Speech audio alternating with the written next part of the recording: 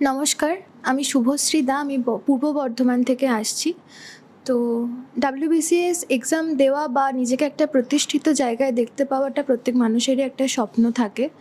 প্রত্যেক মানুষের মতো আমারও তাই। আর সেই কারণেই প্রিপারেশন শুরু করা। তো প্রথমে যখন প্রিপারেশন শুরু করি তখন একটা আইডিয়া ছিল যে সেলফ স্টাডি করে এই পরীক্ষাটা ক্র্যাক করা যায়, বা যে কোনো গভর্নমেন্ট এক্সাম শুধুমাত্র সেলফ স্টাডির উপর ডিপেন্ড করে হয়তো করা যায়।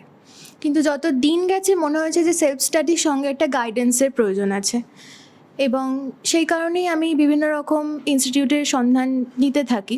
আমার একজন স্যার ছিলেন আমার কলেজের, তো উনি আমাকে প্রথমের এই বিষয়টির কথা বলেন, এবং আমি নিজে কিছু কিছু জিনিস দেখি, এখানে এসে কথা বলি স্যারদের সঙ্গে আমার সুবিধা অসুবিধা নিয়ে, বা আমি কতটা এদের পড়াশোনার স্টাইল বা এগুলো কতটা নিজে নিতে পারবো সেই বিষয়ে আমি খুব একটা বেশি ছিলাম না। তো এনাদের সাথে কথা বলে মনে হয়েছে যে এনাদের পড়াশোনার স্টাইল বা এখানকার মেটেরিয়ালস হয়তো আমার জন্য উপকৃত হবে। তো এখানে আমি ভর্তি হই। খুব বেশি দিন না হলেও যেটুকু বুঝতে পেরেছি যে অবশ্যই গাইডেন্স এবং নিজের প্রচেষ্টা থাকলে নিজে অনেকটাই কভার আপ করা যায়।